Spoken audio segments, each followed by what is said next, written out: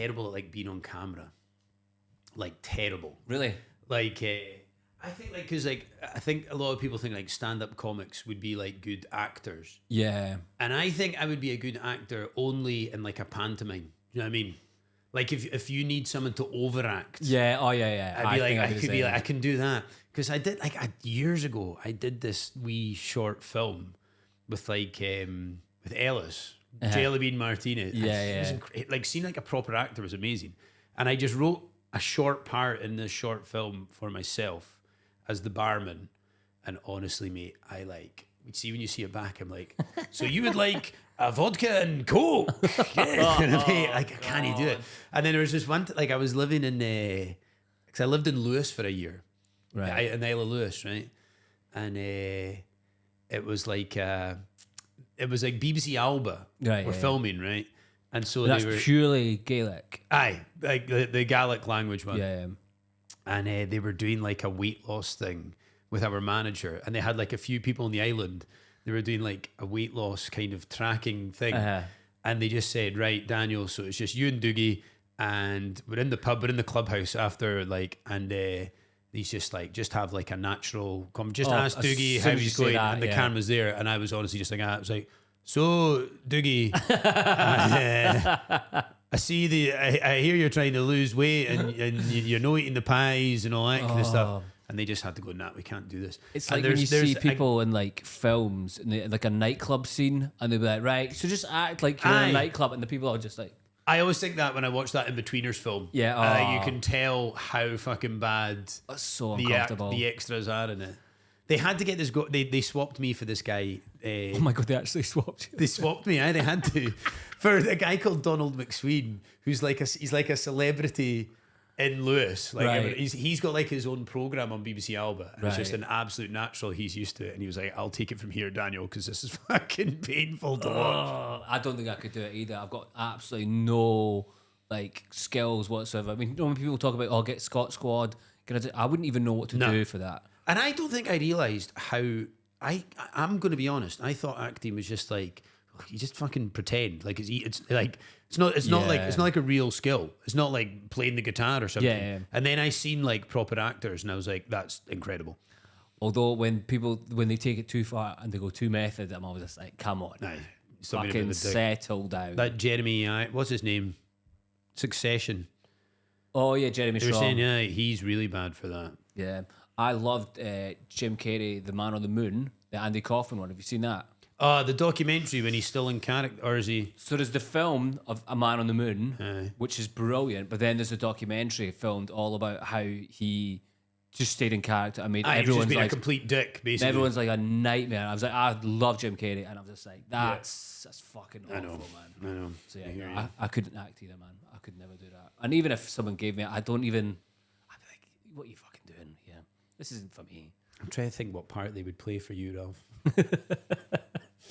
and also, like, It wouldn't be a good one. see, like having to like put on loads of weight or lose loads of weight. Like I'm way too self-conscious about that sort of stuff. Yeah. Anyway, I'm like, nah, I'm not getting fat. I don't know. It's Yeah. not worth it. And when like Christian Bale, probably one of my favorite actors. I love Christian Bale, but when you see him do that, there's one called like The Machinist, I seen it. and it's horrible. And you're like, did you really need to do that? Did you actually have to do that for this part? Because that's a fucking made up story. I know. You could just be like, he's a bit slim. And he went from that to like Batman as well, I think, or the other way around. I do have a bit of respect for that at the same time. I'm just like, it's just... See, like, see this on camera. Yeah, it's gonna be weird if, like, on the camera every time I'm just going down like this. There is a dog. I feel like if there's like, if for Ralph's like listeners that my dog Bran is here. dog in the room, our first Brown Jules dog. Is this the first Bryn Jules dog? It's the first one. you He's go. chilling. So every day I'm not like reaching, and a kilt as well as my kilt. Love that, mate. Got to be the first kilt as well. First kilt. Yeah, I was wearing a kilt on a wedding on Saturday. Fucking love wearing kilts, man. And then you get to wear a kilt every single day. Every single day, because I do a comedy walking tour. Yeah. I may as well get my plug in now for Go your for it. podcast. My comedy walking. In fact, actually, I've got a podcast as well. My it's the Montebank Comedy. Oh Jesus Christ! I've forgotten the name of my podcast. The Montebank History of Scotland podcast. Yeah. And I get people asking about it all the time because it was doing really well. It was a thing that I started over COVID, And so people email me all the time being like, when's the next episode coming out? Like, what are we doing? But then I started like a master's degree in Scottish history. Jesus Christ, Dan. I know. In April 2021, 2 years ago. And I thought like I'd be able to I thought, oh no, it'll complement. But it's just too much. The amount of work that goes into every single episode. Yeah. And so people ask me a lot and I'm like, yeah, I will. I'll get back to it. But there's no way with like the masters and tours and gigs and I stuff. honestly don't understand like why people in Edinburgh, especially comics, don't take advantage of what you're doing more. I've thought about it myself. What do you mean? To just be like, you've got an audience of people in Edinburgh, into history, naturally into comedy in the city, and you do well. You're like... Do you know what's weird as well? Like, I didn't realise how much Edinburgh was like comedy tourism is a thing. Yeah. Do you know what I mean? Yeah, yeah. And like, I'd say like 50% of the people that come, maybe more actually, that come on my show, come on my walking tour, are like, yeah, we were at the stand last night, we're doing Monkey Battle tonight. Yeah. Like, they're all opting in. I suppose it makes sense because this is where the fringe is. Yeah. I used to always think like after August, everything just kind of stops and Edinburgh forgets about comedy. But actually, we're known as being like a destination for comedy. We were talking about this the other night, though, weren't we? Like how when I started comedy, I felt like Glasgow was the scene. Yeah. And I think there's probably been a shift now. I'm going to start a fucking civil war on your podcast between Edinburgh and Glasgow now. But Glasgow was always the stronger scene. And I'm like, I actually think for like open mic nights and professional, you know, Monkey Battle and The Stand. Yeah. Actually, it's probably overtaken. Somewhere along the line, I think overtook. I think it was maybe coming back from COVID. I think it was just Edinburgh just had it. Started earlier, got into it. These guys as well, like at Monkey Battle, were quite innovative with the whole 3 shows a night thing. Yeah. That was never a thing when I started. No, God, The thought of doing a show at 5 o'clock, 7 o'clock, and 9 o'clock would just be like, what? No. Yeah, you'd be it's like, never going to work. Yeah, don't do it. That's your whole night gone. Yeah. And then you're like, oh no, this is brilliant. Yeah. Of course I'm going to do that. Yeah. And like you say, Edinburgh's known for it. We are actually known for it. But it's it genuinely does blow my mind why more people don't do it. I've always there thought, you go, mate. I've always thought about doing it, but I know fuck all about history and Edinburgh. You know, the thing about it is, I was very much like, when I started, it took me about 3 years to write the tour. Mm-hmm. And my whole, even like my family and everyone were like, just start, Daniel. And I was like determined that when I started doing this, that it would be like, from the start, it'd be really good. Yeah. Fair. And what you're saying about history and stuff like that, because you could go out and be a tour guide and just bullshit your way around. Fuck, some of the shit I've heard tour guides saying out there. And like, but I was very much like, oh, if someone asks you about like Mary Queen of Scots or something, I never wanted to be like, don't worry about that. Like, it's just a laugh. Come on, you know. I was like, I wanted to have answers. You know, it's probably the teacher in me. Do you know what I mean? Yeah. But you're out there. Is it not just like a walking gig every day? Yeah. You're out there. Crowd control, MCing, learning names, learning jobs, everything like that. Yeah, 100%. Fucking every single day. And the opportunity to do well, it's funny, you know, because like there's the opportunity to do new material. Yeah. But it isn't like, so like last year I did a show about Mary Queen of Scots. Yeah. So my show was called There's Something About Mary. And it's probably the thing in my professional life that I've done that I'm most proud of. Yeah. But see, after the Edinburgh Fringe last year, I worked my absolute arse off to write that show and didn't have a single bit of material I could use.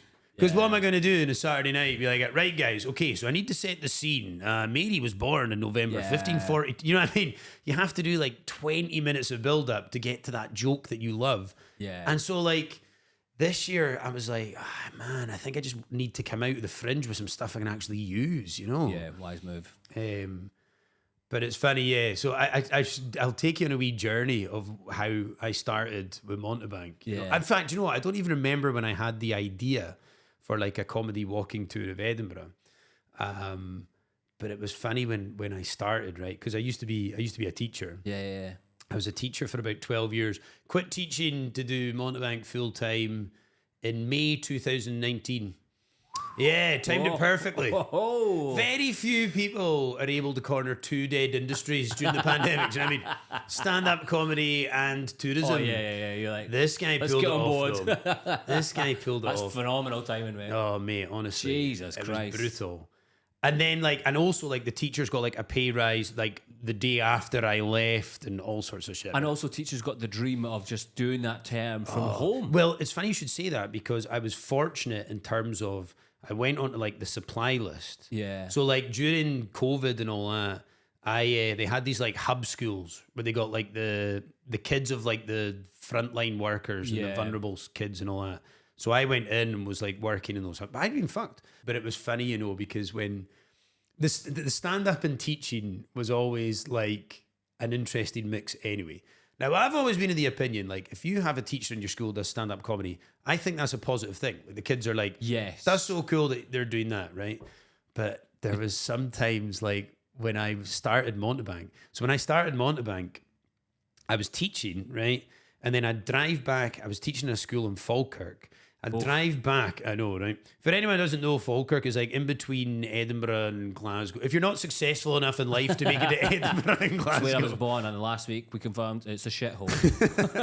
I worked in a school there, and I would drive back, right? And I'd get changed on the side of the A90 into my kilt, and I'd do that on like a Wednesday, Thursday.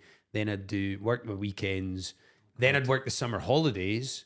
Then I'd do 2 weeks of the Fringe, go back to school, because the schools have gone back halfway through the Fringe. Yeah. And then so it just basically didn't stop. But while I was doing this, I was doing like to try and build up my business and stuff, I was doing like wee videos of like stuff around Edinburgh, like trying to do like funny videos and posting it on my Instagram and all that kind of stuff. And so the school, man, they were fucking bell ends about it. They were arseholes. They had like one person in particular? Well, basically, it got to the point where I was in like a meeting with like the head teacher and like the deputies, and I had to have a guy from the union there. No way. Yeah, because they were like trying to get me to stop doing stand-up comedy. I had to get the union involved anyway. But it was like, mate, they basically played like a montage of this, all these videos and stuff. Like, let me give you an example, right? So, in Edinburgh, one of the famous stories is, of course, of Greyfriars Bobby, right? Yeah. Now, for all your listeners who aren't Scottish, right? A bobby in Scotland is a word for a cock. A penis. A penis, right? Penis. And so, I always think it's funny, like, he's called Greyfriars Bobby, and people, like, stroke his nose for good luck. And I always, one thing I say on my tour is just like, please be aware that Edinburgh is the only part of Scotland you can say the word bobby. People think you're talking about an adorable wee Skye Terrier dog. Yeah. Not a great big throbbing bobby. Be very careful when you go to other parts of Scotland and you tell folk you're in Edinburgh stroking bobbies. You know what I mean? Yeah.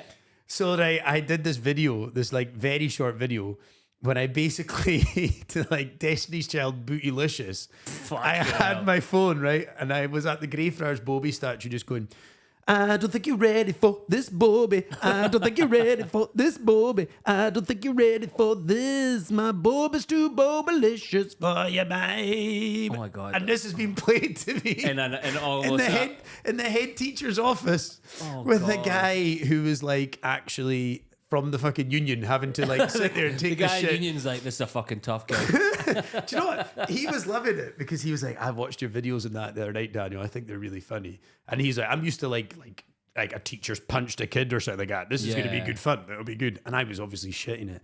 But I tell you what, man, the teaching one was funny because like sometimes like some of the stuff that I like in that meeting as well. Like some of the they went through all my tweets and it was fucking horrible, to be honest. It's like an early cancellation. It was awful. They're just basically just trying to fucking haul you over the coals. Yeah. Jesus. I remember at one point I had a joke that I tweeted. What was it? It was like I think what was the joke? The joke was the head boy at a private school is just the kid that gives out the best blowjobs. Yeah, I mean it makes sense. The headmaster. But then again, like your fucking boss is reading this back to you. Oh yeah, and just in those situations, you're like, I want the ground to swallow. It actually makes the hairs in the back of my neck stand up. So did you get to keep that job? Yeah. Well, the union guy was like, he just went through them. It was incredible. Like if you like join a union, people. Yeah. I didn't have to say anything, and the guy because he was like, because I don't know. It's like I say, like there's people in that school that were like adulterers and they were, and I was like, I was just a stand-up comic, you know. And it's funny the way that kids could be about, like there was one at the school I worked in Edinburgh, all the senior boys came to my fringe show. And it wasn't like weird and it wasn't awkward. It was just like lovely. I was like, oh, that's so cool you guys came. And they were just so respectful and cool about it. And then like, I don't know, like with teaching, it was always like, I remember actually being brought in. I've been in the head teacher's office so many times. The head teacher's like, you're a teacher 24 hours a day, 7 days a week. Oh fuck! I hate was that like, shit. Fuck off, man! Yeah. Come on. No, that's And the so thing much is, shit. and they would use my stand up and my kind of creativity in that respect for their own reasons. Sometimes, like I did like whole school projects. Like they won an award type thing, or we were like known for this. I did this like big film where basically I almost recreated like the Anchorman scene with all the different departments. Oh, the fighting. Yeah, and they're trying to fight each other over like who is the best at promoting health and well-being. Yeah. You know, so I was always like, man, like, although I'll maintain, Ralph, that I was a good teacher. Right. I think I was, right, because I know like loads of stand-up comics were teachers, right? Yeah. And loads of stories about like Frankie or, you know, Greg Davies are like I just couldn't be fucked and I just didn't want to teach him. Yeah. I was always like, well, if I don't take this seriously, if I don't do my best, then I'm letting kids down. Yeah, I always fair. felt bad about that. Yeah. The things that kids would do that had got to me the most was like bullying. I can't stand bullying. So if you bully a kid, I'm like, I'm going to fucking end you. I can't stand it. But I remember there was this one time where, you know, like you're not expecting something and you laugh at a really inappropriate time. And I wasn't expecting this. I didn't see this coming. Right? Okay. It was my first year class and there's this like morbidly obese kid called Dylan. Right. And Dylan comes up to me and he's like, Mr. Downie, the kids are calling me names. And I'm like, right, I'm really sorry, Dylan. I'm gonna make sure, I'm gonna take care of this, right? I'm gonna make sure that we find out who's doing this. And I'm like, and just, can I ask, like, what is it they're calling you? And he said, Blob Dylan. And I was just like that, like just picture my face. I'm like, Dylan, I promise you, I'm going to deal with this. That's unacceptable. That's not. And what is it they're calling you? Blob Dylan. I was like, oh my god, I wasn't expecting it to be that good. So fucking. It's fucking creative. incredible. That's unbelievable from children. This is 12-year-old kids. Children are fucking bastards. Like I went to mental high school and there was loads of just like shit going on like all the time. I was kind of like on the outskirts of like the mental kids. Aye. Like just on the outskirts. So it wasn't like fucking chucking chairs at teachers and everything like that. Is this still in Falkirk? Is this in Edinburgh? This was at Holyrood. I wouldn't say I got led astray, but I definitely was just like, sometimes I was just like, the first time I ever got stoned was at school. Brilliant. On my lunch break, got stoned behind a petrol station. Popping, have you ever seen the... I know the petrol station as well. Tesco. yeah. Standing behind there, and the guy, this mad guy, like popped holes with a pin in a can, and then just like started smoking it. Oh my Went God. back up to school into a history lesson, and I was in... he's teaching us about like the crimes in Nazi Germany. I'm at the back of the room howling. I am literally copping the giggles. I cannot stop laughing. To the point, he asked me to stay behind at the end of the class, and I was like, "Oh, I'm." Did he know? Did he ask you if you were stoned? No, he didn't. And other people were getting chucked out the class as well because they were laughing at how much I was laughing. Yeah. At this really like Of all the lessons. sensitive topic and everything like that. Oh my God. And we get to the end of the class, and he's like, "Ralph, stay behind." And I'm like, "Well, that's me fucked. That's me fucked." And I do a little bit of this in my set when I say about get stoned and everything like that. And I say, like, I'll go up to the teacher at the end of the lesson, and I just, in my head, I was like, right, don't act stoned. So I just go up to him and I just like, and I'm like, eyes like wide open, and I'm just standing talking to the guy, and he doesn't fucking notice. Oh man. He doesn't Adults even are notice. so fucking stupid sometimes. Yeah. If there's any like gig you've done, you just thought, fucking hell, I hope that never happens again as long as I live. Okay. Well, I mentioned I lived in the Isle of Lewis for a year. And for anyone who doesn't know, the Isle of Lewis is, well, it's a pretty religious place. Is it? Oh my God. It's all the free church. I describe it as being like, imagine if the Taliban were Protestant. Really? Holy fuck. You can't do anything on a Sunday there. In fact, when I first moved, because basically, right, what they do in teaching is you get like your first year's guaranteed work after you graduate, right? And in Scotland, you can do this thing where you say, so basically, what you get a year's guaranteed work, right? And if you're for Edinburgh, you would put like Edinburgh is your first choice. Right, okay. East Lothian is your second choice, maybe Mid Lothian. So you know you're going to get placed in a school around Edinburgh, and so you can make plans to do that. But you can also do this thing where you say, right, it's called ticking the box. Right. And you'll just, because obviously Edinburgh, Glasgow, Aberdeen, all this, that's like the popular places where people want to be placed, right? Yeah. So you can do this thing where you say, tick the box, and they'll send you anywhere where they need teachers, but you get an extra $8,000 for doing it. Perfect. So I was like, right, I'll tick the box. But I'll never forget opening my letter of where I was getting sent. And it's never great when you open the letter and it's in another language. I don't think I'm going anywhere close back. So they sent me off to the Isle of Lewis, right? And I love the Isle of Lewis. And some of my absolute best mates, I made great, like all the guy does my poster designs, Donald Smith, and everyone's complimenting how great his work. He lived in cool posters, man. So like loads of great boys I met out there, played with the football team over there. But on a Sunday, you can't do anything. Or at this time, it's maybe different now. You can basically go to church and that's it. And they introduced a Sunday ferry when I first went. So this is back in 2009, 2010. They started the Sunday ferry. And when they introduced the Sunday ferry, there was suddenly this like hurricane. And everyone thought it was like God punishing them for putting on a Sunday ferry. So anyway, really religious, right? And I had just started comedy. I mean, I had maybe done like 5 minutes at the stand or something like that. Like I had done nothing. And my mate Magnus asked me to do a gig at this like benefit. It was a volunteering benefit. I don't know why I said yes to this, right? I don't know why I said yes to this. A young comic. Holy fuck, man. So I go, yeah, okay, I could do my 5 minute set, right? And when you start out in comedy, your 5 minute set is like porno jokes, shagging jokes, wanking jokes. Absolute lowest common denominator stuff. When you start in comedy, everyone's first 5 minutes is that. Yeah. I go to this gig. It is the Isle of Lewis Volunteer Awards.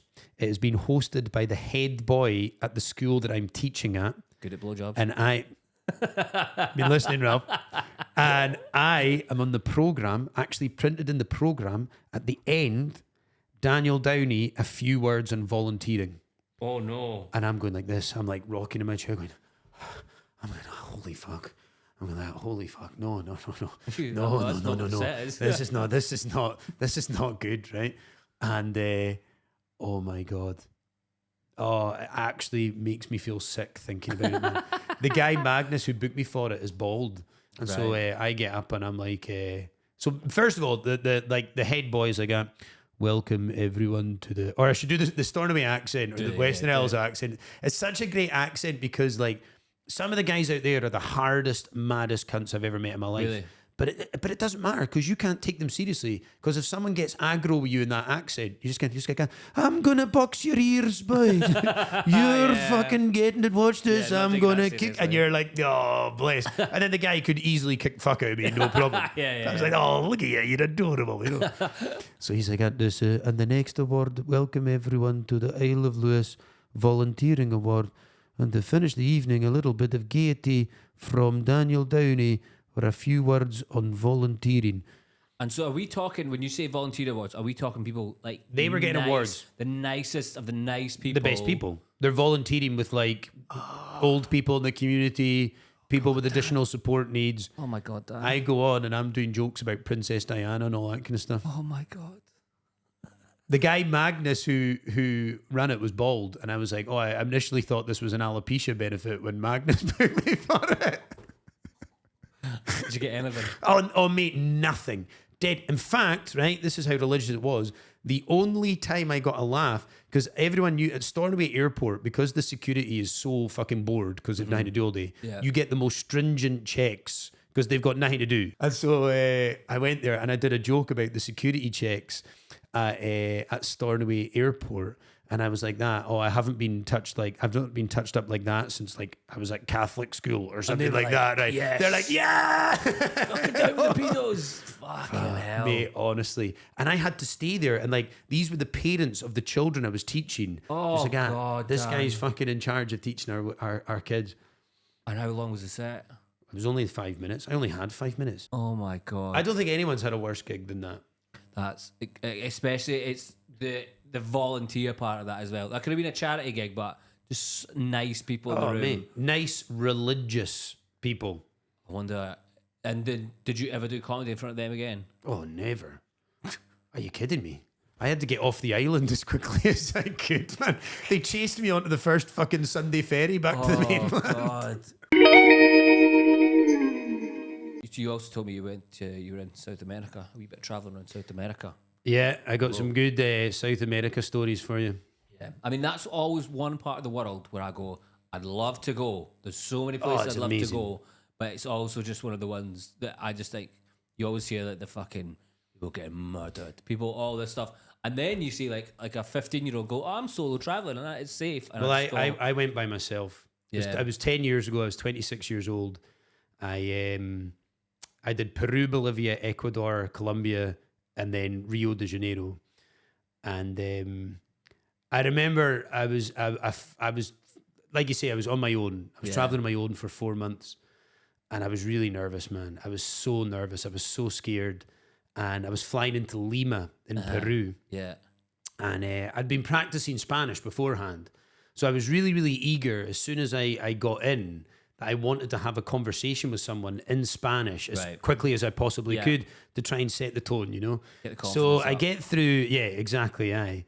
So I get through security and all that sort of stuff at the airport, and I'm in the concourse, right? And there's these wee guys with trays selling like bottles of water and packets of chewing gum and all that kind of stuff. And I'm like, perfect.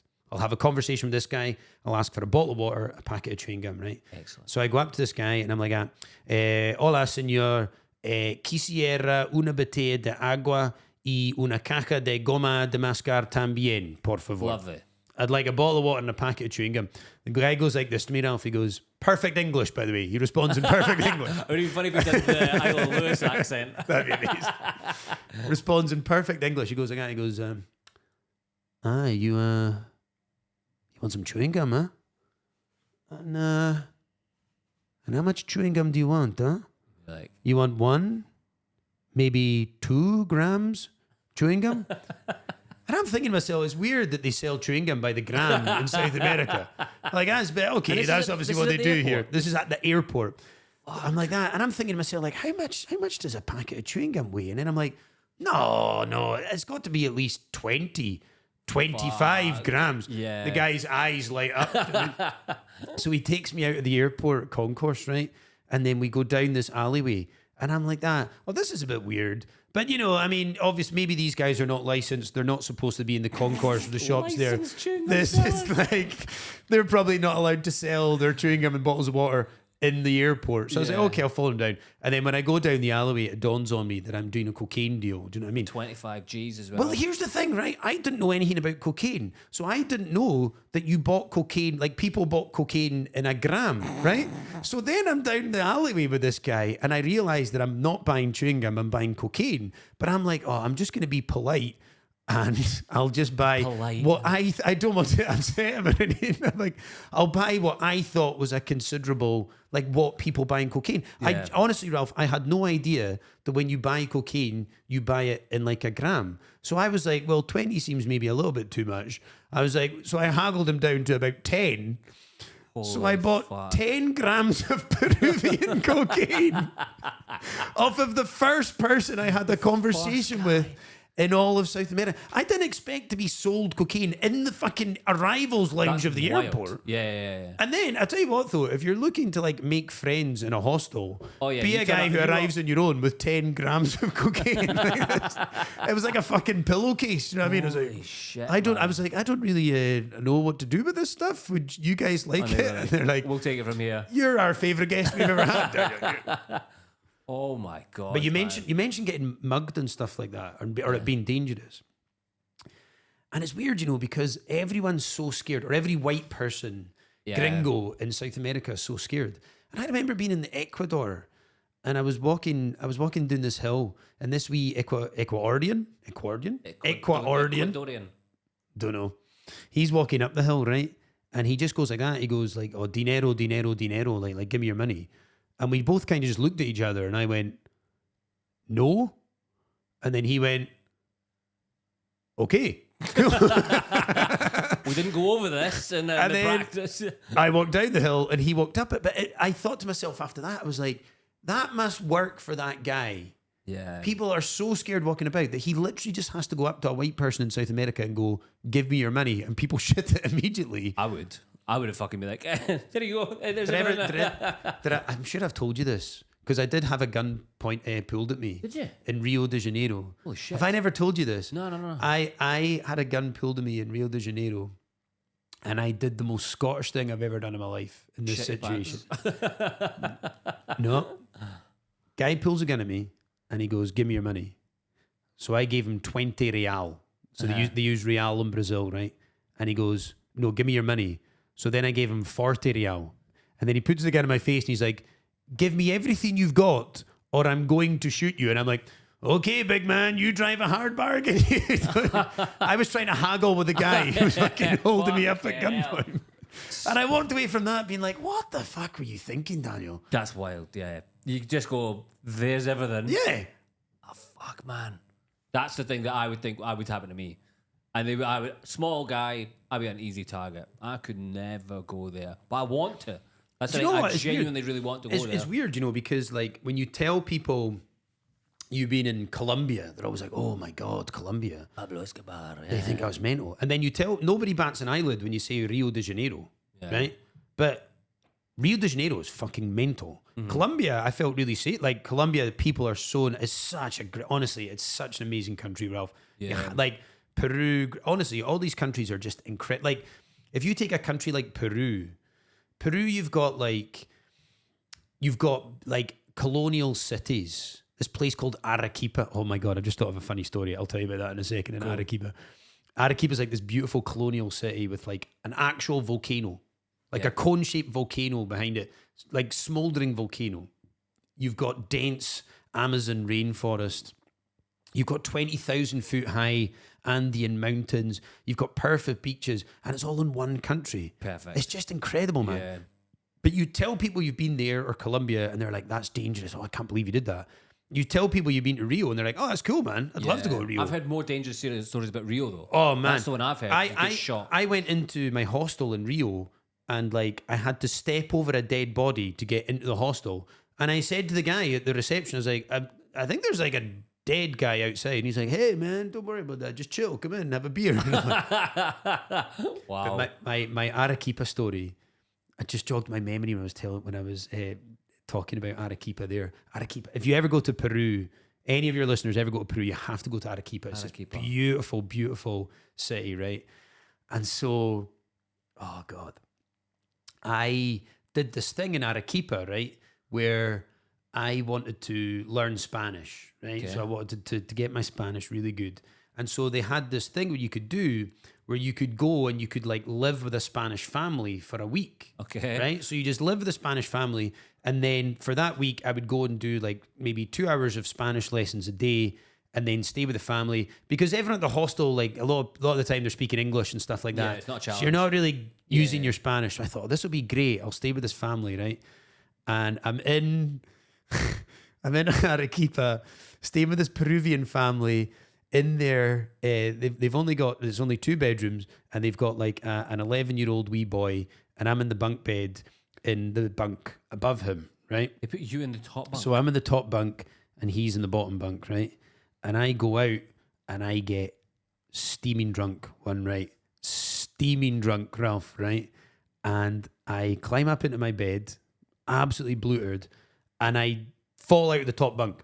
This was a reoccurring theme for me when I was traveling, by the way. I fell out of the top bunk. See, that's the only scar I've got on my body. And people are like, "How did you get that? You were like motocross or something?" No, I fell off the top bunk in Bolivia and had to get stitches. So I climb into the top bunk, right? And I roll out of the top bunk and like that, hit the floor. And I kind of get up and I'm like shake myself off, climb back up into the top bunk. About 20 minutes later, I roll off, hit the floor again. I'm like, climb back up to the bed. About another like 20 or so minutes later, I roll out of the top bunk, hit the top floor again. And in my drunken state, I've obviously gone, well, fuck going back up there. Oh no. I'm going to get into the bottom bunk. So here I am, absolutely blazing drunk. And I'm like this to this 11-year-old Peruvian kid. I'm like, oh, come on. Hey, Carlos, move over, wee man. Come on. Oh, my God. The parents come in, you're like, this is not what it looks like. I woke up on the bottom bunk. And I obviously didn't remember. As soon as I woke up in the bottom bunk, I realised what had happened and I remembered. So the kid had obviously got out and then got up in my bunk. But see, when you wake up and you're in the bottom bunk and you've gone to sleep in the top bunk and you're like... Yeah, you're like, what in the fuck has happened? Fuck. I also just went, genuinely, I went to be like, I did this for Angus. I went and found like bad reviews of Angus. There's not a bad review of your company on the internet. I got one 1-star review from a woman from Kansas. I found it. But you know the good thing about a 1-star review is like if someone leaves you a 4-star review, right, of your tour, you're like, it's a bit shit, really. You can't, technically it's a good review, but you're actually gutted. But the fun thing about a 1-star review is that you can reply to that review. And I saw your reply. Yeah. And I've had loads of people. So if anyone's listening to this, if you go onto the Montebank Comedy Walk of Edinburgh, check out my 1-star review from Karen from Kansas, and then look at my reply, because I've had loads of folk who booked the tour because they read the reply to her bad review. Why. I literally saw that reply and I was like, that's genius. Yeah. Because in amongst all the 5s, you're like... Because what's the first thing you do?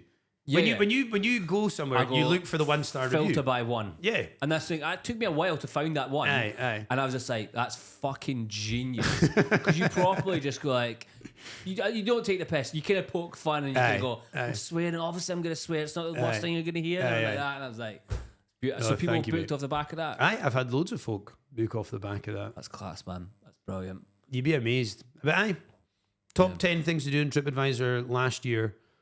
I've obviously fucked it this year because I've not won anything Tough this year. Competition this year.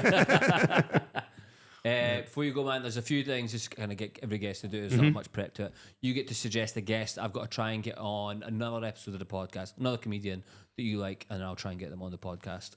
Anyone you like. Does that mean someone actually suggested me? Because that surprises me. No, I wanted you. All right, okay. You can bring anyone you want.